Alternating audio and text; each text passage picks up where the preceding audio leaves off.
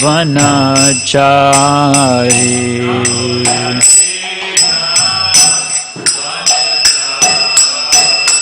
Jaya Radha Madhava Kunja Bihari.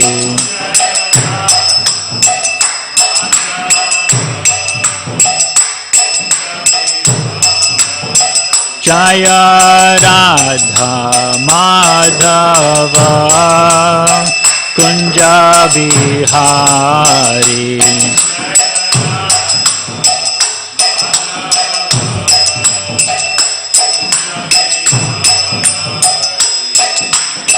Gopi Janavalabha Girivara Bhari.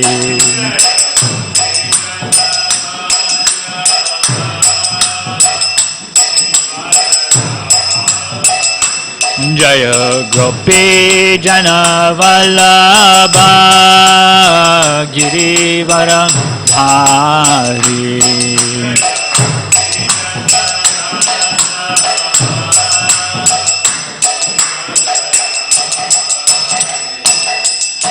Yashodanandana Braja Janaranjana.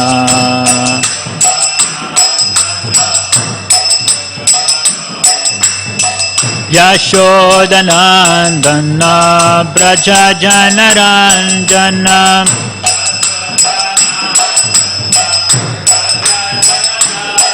Yashodanandana Braja Janaranjana.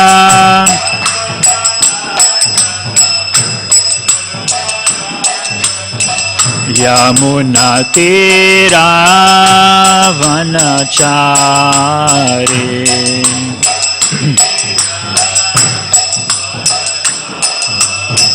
Yamuna Tira Vanachari.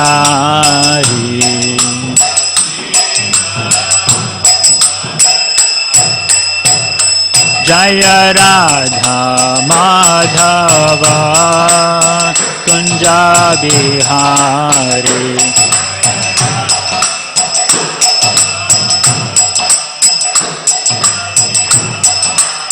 Jaya Radha Madhava Kunja Bihari.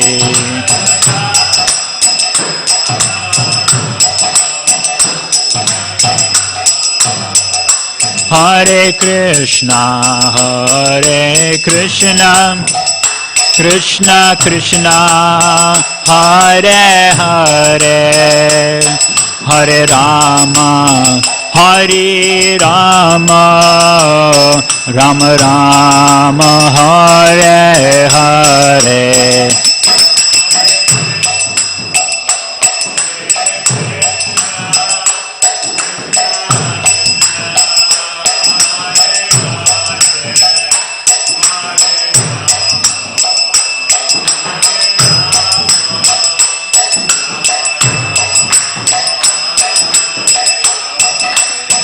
Hare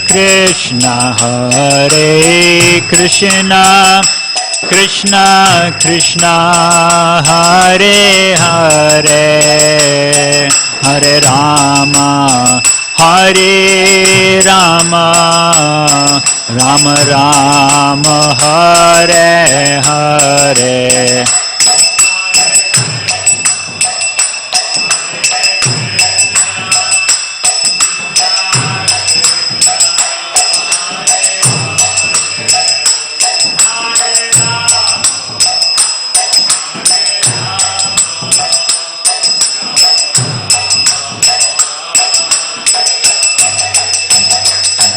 Hare Krishna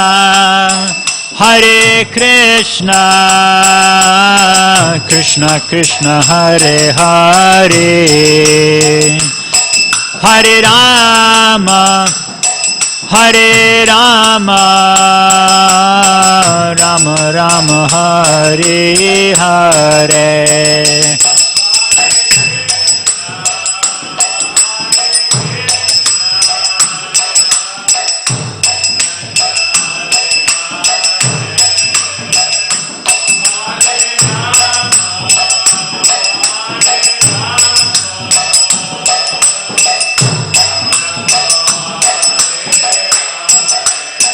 Hare Krishna, Hare Krishna, Krishna Krishna, Hare Hare, Hare Rama, Hare Rama, Rama Rama, Hare Hare.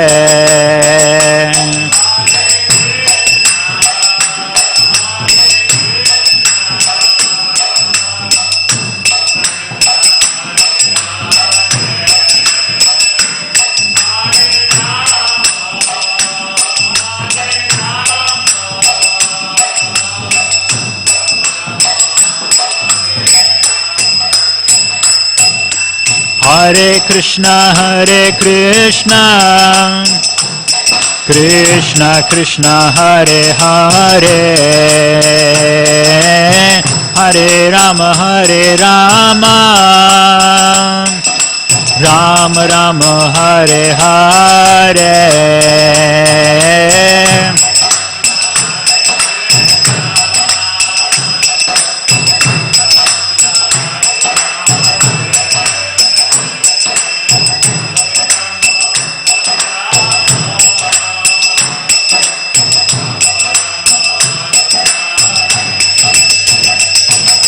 Hare Krishna, Krishna Krishna, Hare Hare, Hare Rama, Rama Rama, Hare Hare.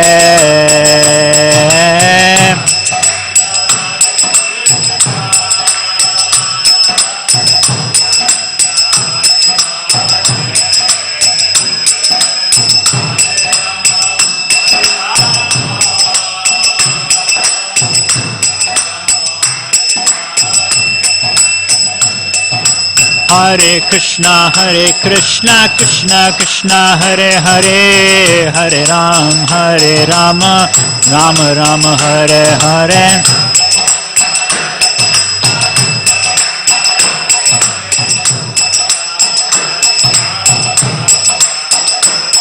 Hare Krishna, Krishna Krishna, Hare Hare, Hare Rama, Rama Rama, Hare Hare.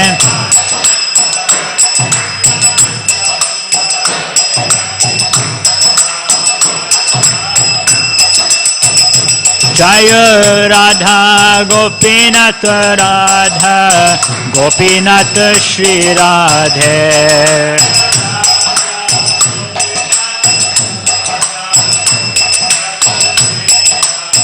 Jaya Prabhupada,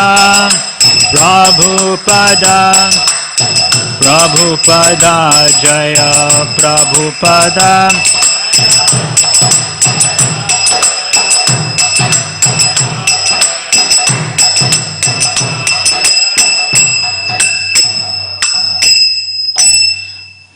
Jai Om Vishnupad Paramahamsa Parivrajacharya Ashtotara Shata Shri Srimad His Divine Grace Abhayachanaravinda Bhaktivedanta Swami Srila Prabhupada Ki Jai. Jai Om Vishnupad Paramahamsa Parivrajacharya Ashtotara Shata Shri Srimad His Divine Grace Srila Bhakti Siddhanta Saraswati Thakur Maharaj Prabhupada Ki Jai. Grantaraj Srimad Bhagavatam Ki Jai. Samaveta Gaur Bhakta Vrinda Ki Jai. Jai Nitai Gaur Premanande.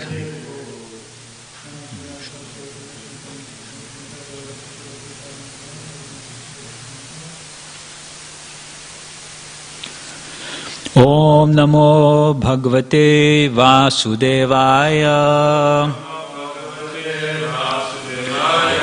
Om Namo Bhagavate Vasudevaya. Om Namo Bhagavate Vasudevaya.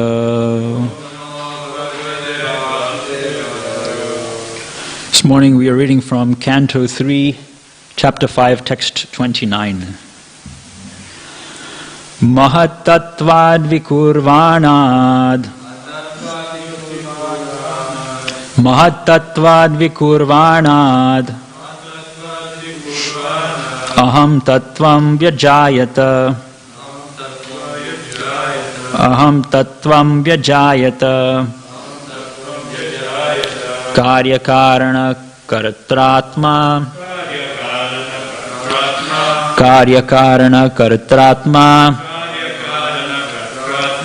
bhutendriya manomaya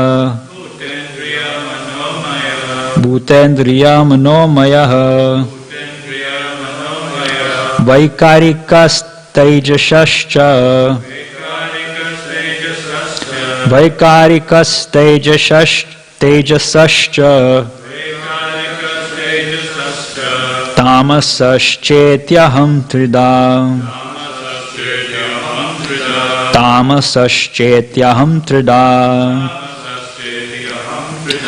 mahattattvad vikurvanat aham tattvam vyajayata karyakarana kartratma bhutendriya manomaya vaikarikastejasascha tamasascetyaham trida.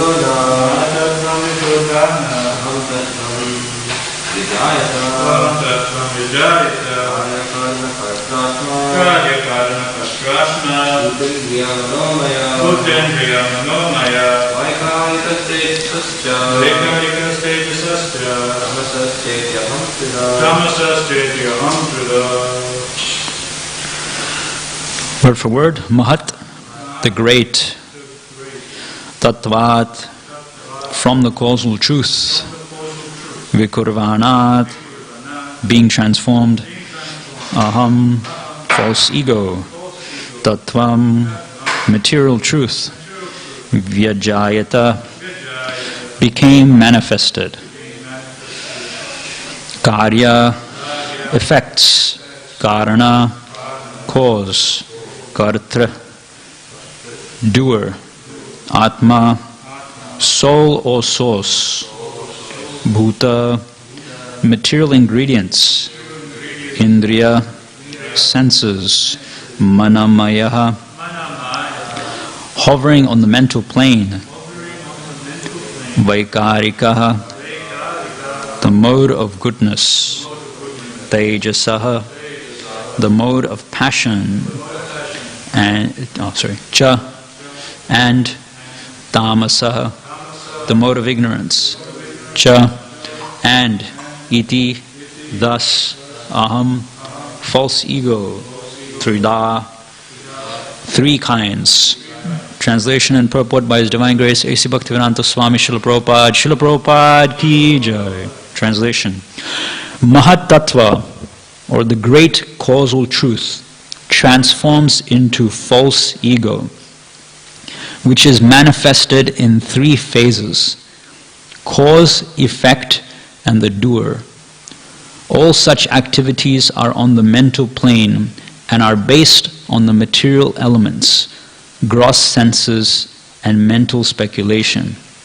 The false ego is represented in three different modes: goodness, passion, and ignorance. Purport.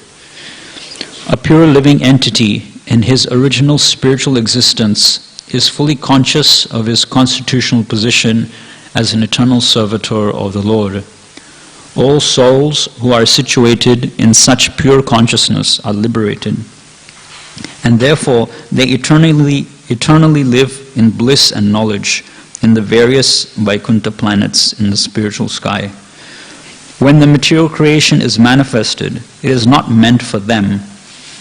The eternally liberated souls are called Nitya Muktas, and they have nothing to do with the material creation.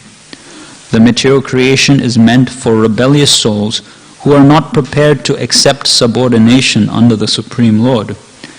This spirit of false lordship is called false ego.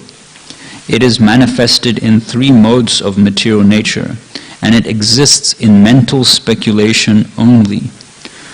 Those who are in the mode of goodness think that each and every person is God, and thus they laugh at the pure devotees who try to engage in the transcendental loving service of the Lord.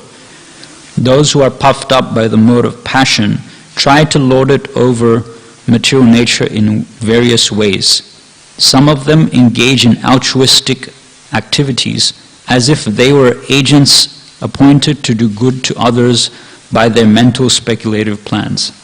Such men accept the standard ways of mundane altruism, but their plans are made on the basis of false ego. This false ego extends to the limit of becoming one with the Lord. The last class of egoistic conditioned souls, those in the mode of ignorance, are misguided by identification of the gross body with the self. Thus, all their activities are centered around the body only. All these persons are given the chance to play with false egoistic ideas, but at the same time, the Lord is kind enough to give them a chance to take help from scriptures like Bhagavad Gita and Srimad Bhagavatam, so that they may understand the science of Krishna and thus make their lives successful. The entire material creation, therefore, is meant for the falsely egoistic living entities hovering on the mental plane under different illusions in the modes of material nature. Om Ajnana Timirandasya Jnananjana Shalakaya Chakshun Militam Yena Tasmai Shri Gurave Namaha Shri Chaitanya Manobishtam Stapitam Yena Bhutale Swayam Rupa Kadahmayam Dadati Swapadantikam Vandeham Shri Guru Shri Uta Padakamalam Shri Gurun Vaishnavamscha Shri Rupam Sagrajatam Sahagana Raghunathanmitam Tam Sajivam Sadvaitam Savadutam Parijana Saitam Krishna Chaitanya Devam Shri Radha Krishna Padan Sahagana Lalita Shri Vishakhanvitamscha He Krishna Karuna Sindhu Dinabandho Jagatpate Gopesha Gopika Kanta Radha Kanta Namostute Tapta Kanchana Gaurangi Radhe Vrindavaneshwari Vrishabhanu Sute Devi Pranamami Haripriye Vancha Kalpatarubhyasya Kripa Sindhubhyevacha Patitanam Pavanebhyo Vaishnavebhyo Namo Namaha Jai Shri Krishna Chaitanya Prabhu Nityananda Sri Advaita Gadadhar Srivasari Gaura Bhakta Vrinda Hare Krishna, Krishna Krishna, Hare Hare, Hare Rama, Rama Rama, Hare Hare, Hare Krishna, Krishna Krishna, Hare Hare, Hare Rama, Rama Rama, Hare Hare, Hare Krishna, Krishna Krishna, Hare Hare, Hare Rama, Rama Rama, Hare Hare.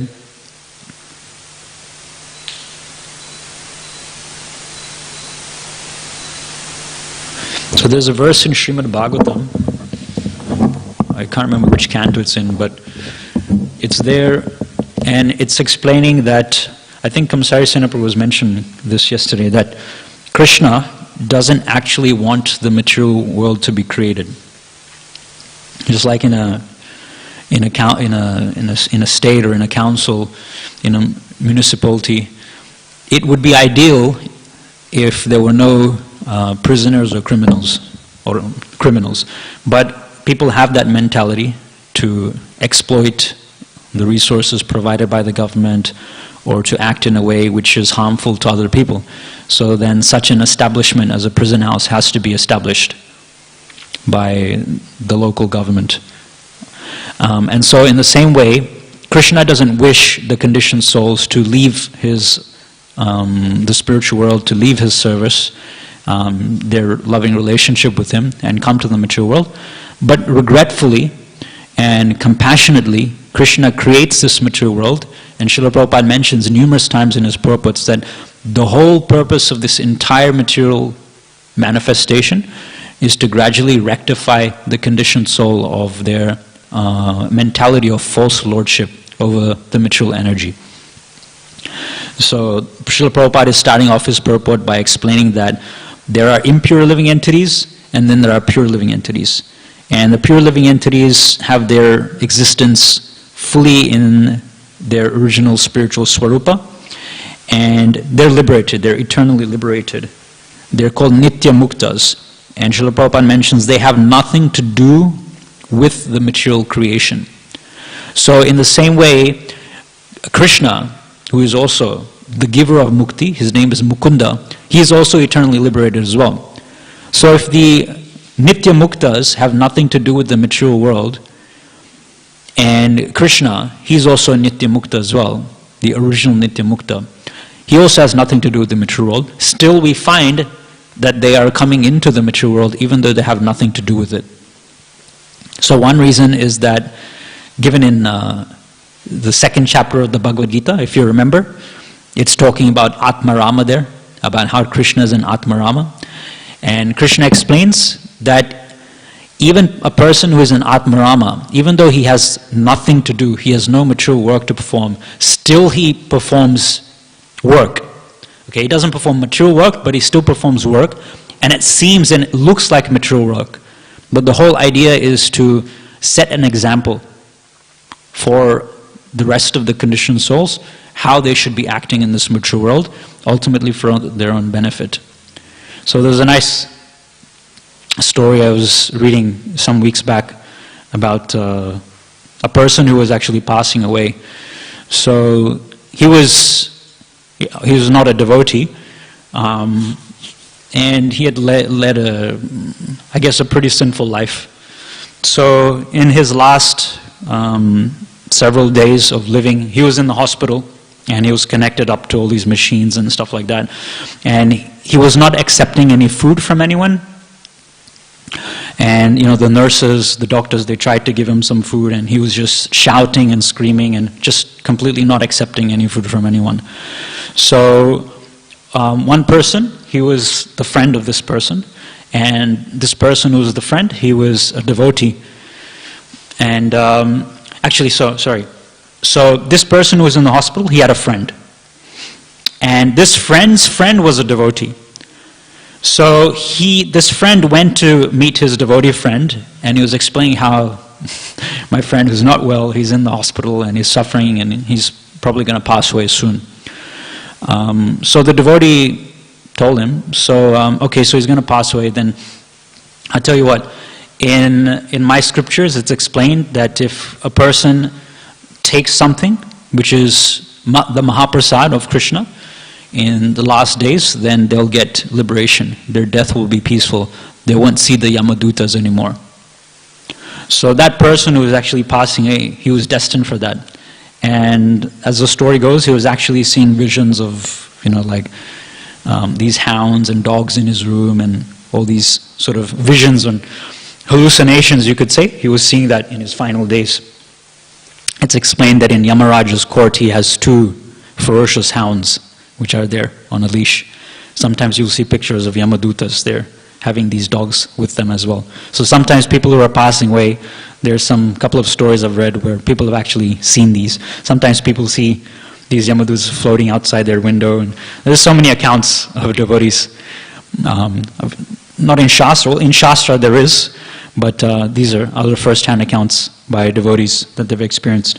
So this devotee then, he said that, okay, so because he's not accepting food from anyone else, then maybe you should try to give him something. And in this food I'll put some Mahaprasad. So they made some herbal tea, and in this herbal tea, he made the herbal tea and then he added some Mahatulsi to this herbal tea. So then he gave it to his friend, the devotee gave it to his friend, and the friend took it to the other person who was in the hospital.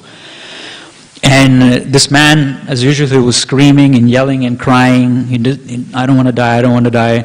And his friend came into the room with the tea, and he said, just just take this, you haven't eaten anything, you're very weak. So then he took the tea, and because he was very close with this friend, he took the tea and he drank it actually. And as he was drinking the tea, like just after he took just 1 or 2 sips, he began to calm down. Straight away he began to calm down and became very peaceful. And then he had a smile on his face. And as he was drinking the tea, he closed his eyes.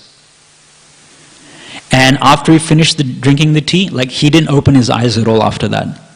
He just became very placid and very calm, very peaceful, had a nice smile on his face, and within 1 hour he departed. He quit his body. So we can see that devotees, they come into this world simply to be of benediction to the conditioned souls. Because of their ignorance of Krishna, because of their ignorance of their actual identity, naturally we perform actions which will lead to our destruction, which are not good for us.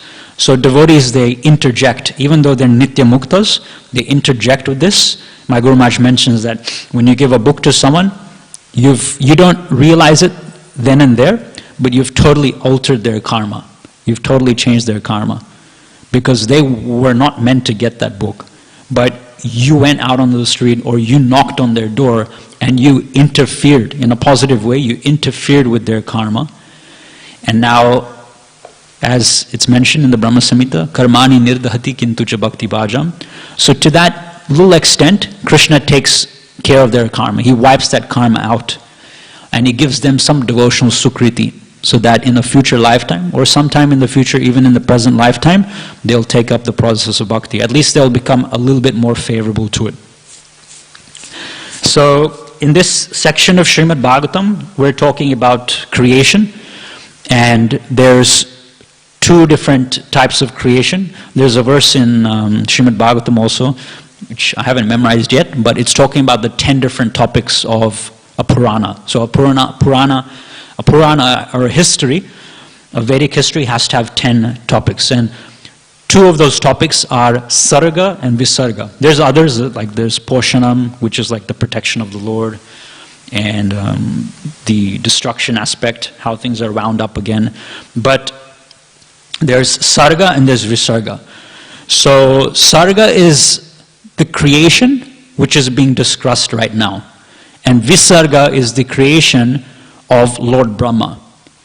Right? So Lord Brahma is supplied the raw materials by which he can then start making different forms with the raw ingredients that he's been supplied with. So the planets, the trees, the different bodies, 8.4 million species of the different living entities. And then these living entities, by karma, their karma, they take birth within these bodies of matter which Lord Brahma has created. Sarga, that's Visarga, what Brahma creates. Sarga is what's being discussed here right now. How Lord Vishnu, Mahavishnu, glances originally at the material nature, Pradhan, and then how it expands itself, and consequently how the Mahatattva expands itself. Now, Visarga is something that we can appreciate a bit more. Right? The secondary creation of Brahma. It's something that we can appreciate a bit more because we can see it. Just like Radheshyam Prabhu, he gives the example of the Swami owning something. Swami, not in the sense of like a sannyasi, but Swami means the master. So he says, if you're walking down the street and there's a cart vendor on the side of the street and he's got a lot of fruits, a lot of apples, a lot of bananas on his cart, then because you can see the fruit in relation to the person who's manning the cart, the Swami of the cart, the owner of the cart, then you respect that. And you don't go and just steal a fruit because you understand that this fruit, it belongs to the cart vendor, the Swami. But similarly, if you're in a forest and you're walking through a forest and you see all these trees there, you can't see the Swami of the tree. You can't see, okay, a certain person is owning this tree, right? You can't relate the object to its owner. And therefore you happily go and pick the fruits, right? So in this, like, for example, another example that comes to my mind is many years ago, maybe a couple of decades back, my parents were buying a house. And I remember as a little child, I was maybe, I don't know, 9 or 10 years old or something like that. Then just as the house was being completed, I remember a couple of tilers had come and they were tiling the bathroom. And it was really nice color. It was like some peach-colored tiles that they were tiling. And my mother and father, they walked into the house and it was still almost on completion. And we all walked into the bathroom area where they were tiling the bathroom. And then my parents started complimenting the tiler, saying, "Oh, you're doing a very nice job. These are very beautiful tiles." And then they were also appreciating like that. And I remember this conversation just stuck in my mind.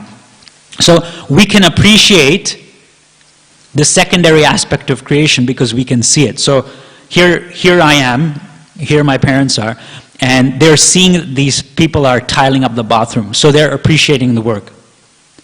But it's harder to appreciate the people who actually made the tiles, right? Who actually created they didn't create, but who actually harnessed the raw materials, which are like cement and sand and all that sort of stuff, whatever is needed to actually make these tiles and then supply it to these tilers in the first place. It's much harder to appreciate them because we can't see them. So in the same way, it's harder especially for conditioned souls, to appreciate a creator or a Swami beyond which they can see. I mean, what to speak of Lord Vishnu, they can't even appreciate Lord Brahma, who is a materially embodied living entity, although his body is more subtle, it's made out of intelligence. They can't appreciate Lord Brahma, but they will still appreciate the secondary aspect in the form of the Swami who is maintaining their body. So they'll appreciate, a young child will appreciate the parents, or a person who's working, they'll appreciate their boss, because the boss is providing the salary through which they can maintain their physical body. So the point I'm trying to make is that it's much easier for us to appreciate the secondary aspect of creation than it is the primary or the initial or the causal aspect of creation, which is called sarga. And that's why Srimad Bhagavatam starts off by actually talking about the sarga creation, so that we can have a better appreciation for Vishnu. Because we learn in Srimad Bhagavatam, we hear so many different stories of the prajas and the kings and how nicely they're governing their kingdoms. Right? There's so many nice saintly kings like Yudhishthira Maharaj and Parikshit Maharaj, etc. But they're only able to do that because the original cause is Krishna or Vishnu. So Kamsari Sena Prabhu was mentioning yesterday about how the Purusha, Lord Mahavishnu, he glances at the Pradhan, just a sort of a recap, and then the Pradhan, it sort of starts to get agitated, and then it divides itself. The first thing that comes up is the three modes of material nature.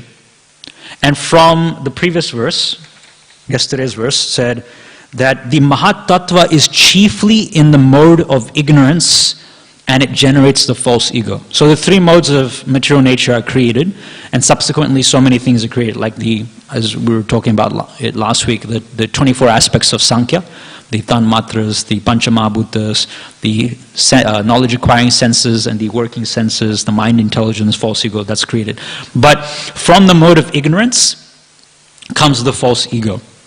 And then this verse is talking about the false ego in different modes of material nature. So when this false ego comes in contact with the mode of passion, the intelligence is generated.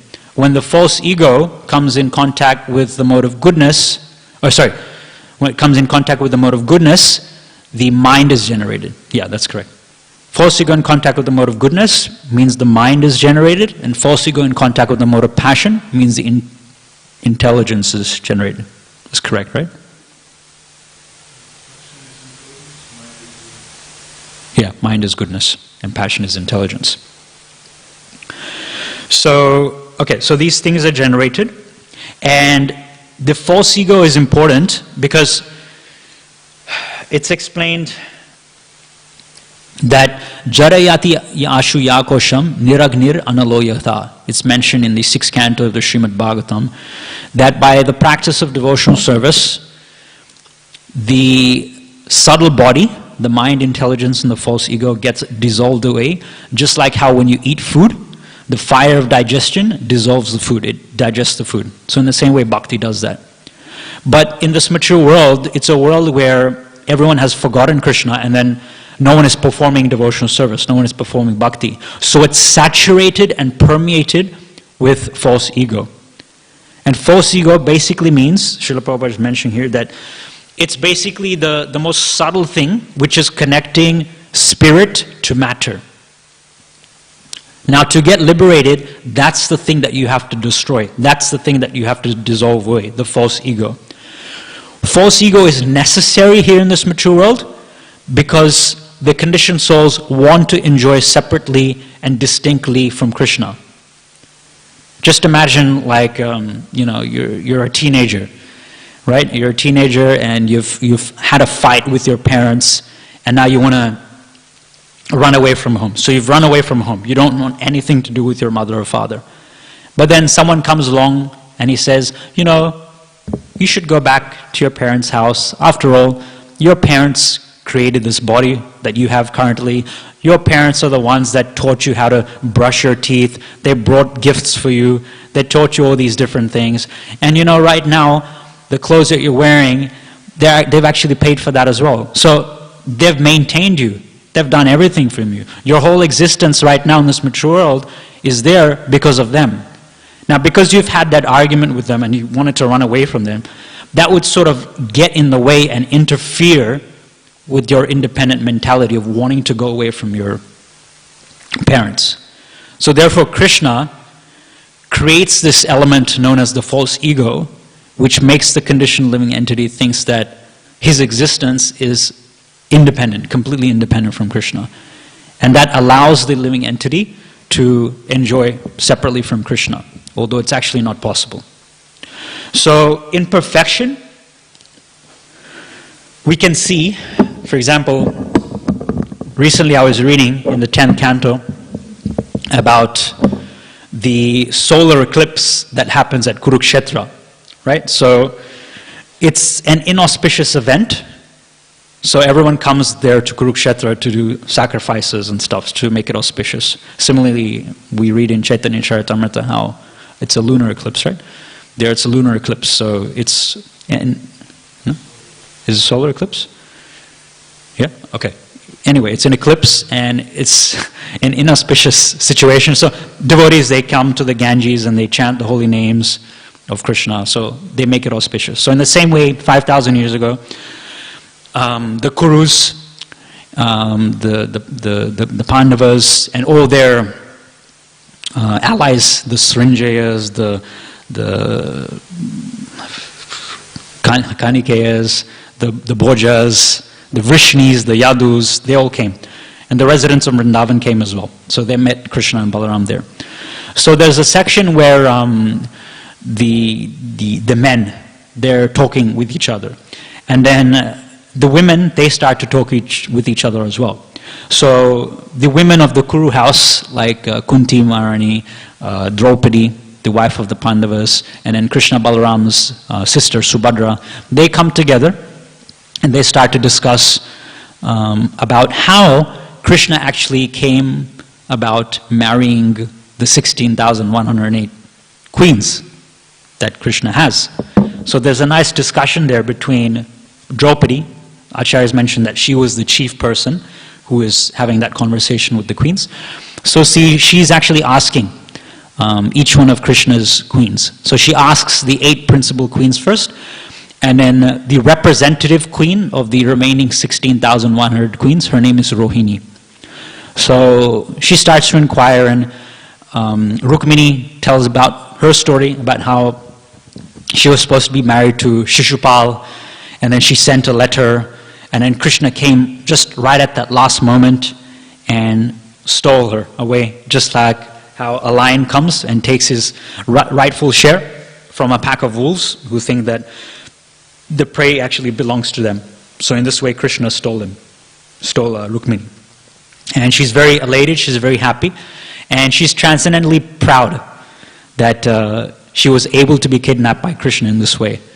And then Krishna's next queen, Satyabhama, she explains her story about how her father Satrajit, he had the Shamantaka jewel, but one day his brother, his name was Prasena, he went hunting into the woods with this Shamantaka jewel, and he was killed by a lion.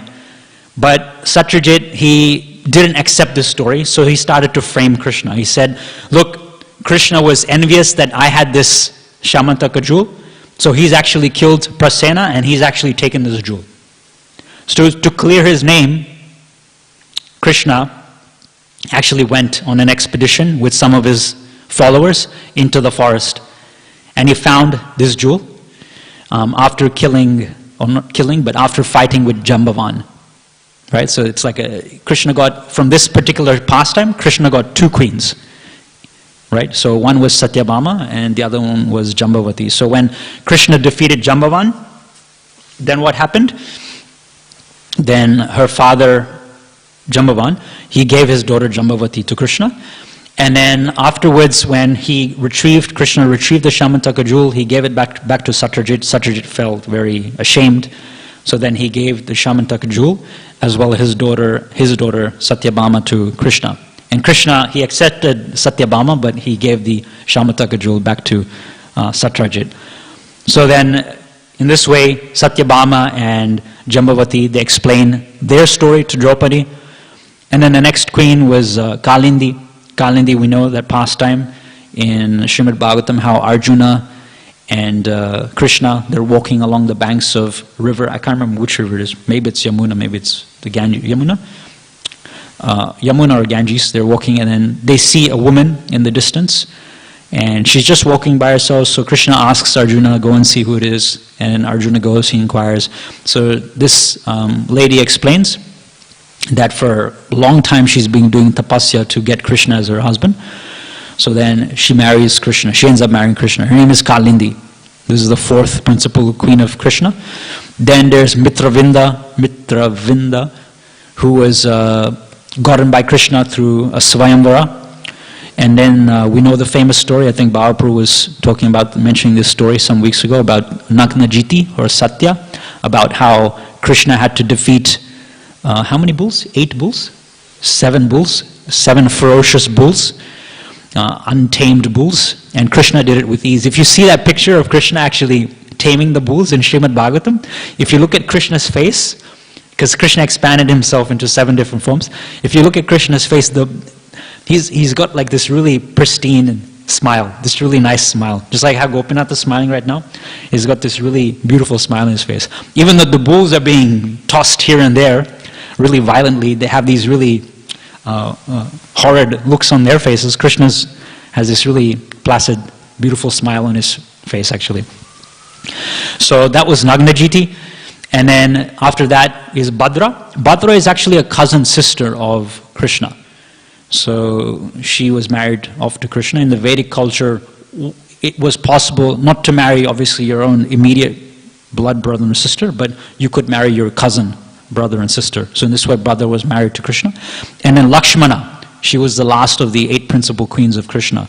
And it's funny because Draupadi and Lakshmana's Swayamvara ceremony was quite similar, in the sense that in Draupadi's ceremony, we know that the people had to pierce with an arrow a fish, which is on the ceiling. And Arjuna managed to do that, whereas others failed. So Lakshmana, out of her great ecstasy, she starts to recount many, many verses explaining how she actually came of a marriageable age, and how she was looking very beautiful, and then how her father arranged a Swayamvara ceremony. And she says, Draupadi, unlike your Swayamvara ceremony, where people had to pierce the fish target, which was on the ceiling, it was partially closed. In my Swayamvara ceremony, people had to do the same thing. They had to pierce a fish, but it was completely closed. You could not see any part of the fish. So they had to look at a reflection in the water, on the ground, and then looking at that reflection, they had to point the arrow upwards. There's no point in looking up because you couldn't see the fish, but you could see it through the reflection on the water. So like that, they had to pierce the target. And it's explained that Arjuna came very close. His arrow just brushed against the fish actually. So he came very close to marrying Lakshmana. But then Krishna, he came and he just took one look at the reflection, just one look. And then he just pointed up and then he pierced the target. And Lakshmana goes on to explain about how Krishna won her and then how she came in front of all these kings and she was looking at them and how they were very envious that Krishna had won Lakshmana. And then she placed the victory garland on Krishna's neck, around Krishna's neck. And then how there was a big battle. And it's explained that Krishna actually manifested 4 hands, just like yesterday, Prabhu, you were mentioning about Alalanat, about how Swayam Krishna, he manifests 2 more hands. So in the same way in this pastime, Krishna manifested 2 more hands. So he had 4 hands. And with 2 hands, he was showering the enemy kings with arrows. And with the other 2 hands, he was holding Lakshmana actually. Now, and then Rohini explains about how the other 16,100 queens were saved from the palace of Bhaumasura and Narakasura. We know that story. We were talking about that story for quite some time, a couple of months back. Now, the important thing is that all these queens, they tell Krishna that ordinarily speaking, the wife, through her charming glances and her feminine ways, is able to attract and capture the attention of her husband and bring her husband under her control. But the special feature of Krishna is that Krishna is so self-controlled that these wives, these 16,108 wives of Krishna, are not able to bring Krishna under their control at all. And because they're not able to control Krishna, they're simply engaged as maidservants in Krishna's households. And if you read each one of their verses in Srimad Bhagavatam 10 Canto about how they actually came to marry Krishna, they say things like, I am simply satisfied fanning Krishna with a chamara whisk. I am simply satisfied cleaning the floors in Krishna's palaces. So they don't have that, the pride is there that they're related to Krishna, but not in the sense that I'm lording over Krishna. I'm in control of Krishna. Krishna's the controller and there's no way, nothing I can do to control Krishna. Krishna is controlling me. Therefore, I am simply engaged as Krishna's servant. So this is the mentality that the conditioned soul needs to develop. Because the conditioned soul has the mentality of lordship. They think that they can control Krishna. They can control the material energy and use it for their own sense gratification. But that's not possible.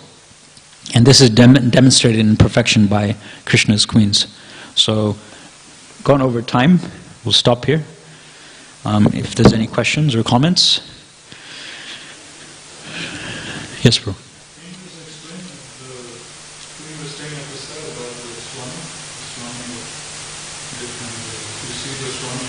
Yeah. So the Swami thing is, so Radhesham Prabhu gives the example. You understood the example, right, of the cart. So if you're walking down the street and there's a cart vendor and he's got fruits, because you see, if you say to yourself, let me just take one of those fruits and walk away. If you do that, then he'll start yelling at you, or you'll get arrested or something like that. So because you can see the objects of the senses, in this case the fruits, and the person who's owning the objects, right? In this case the cart vendor, then you have respect for the objects, right? But if you're in a forest and no one is there in the forest, and you see all these beautiful trees with fruits, there you cannot relate the fruits to the owner of the fruits because you can't see anyone, right? Empirically, you can't see any personality, tangibly. So then you'll naturally just go from tree to tree, picking things, just enjoying it for yourself, right? So in the same way, if we can realize this creation and its Swami, who everything, especially this material energy, who it belongs to, then we'll have respect for this material energy and we'll use it in the service of the Swami. But if we can't see the Swami, or if we don't have knowledge of the Swami, then we'll exploit this material energy for ourselves. And the point I was mentioning is that it's easier to appreciate the Visarga creation than it is the Sarga creation. Because the Visarga creation is something immediate, something we can see. Bodies, tables, chairs, right? Something immediate. But we can't easily appreciate the person who has given the raw ingredients, right? Like the Mahatattva, the mind. That's like you have a best friend, right? He's your best friend, maybe your school friend or something like that. And you appreciate his qualities. You know, he shared his lunch with you at school, or he told you some answers for a quiz or something like that. Right? So you appreciate him for that.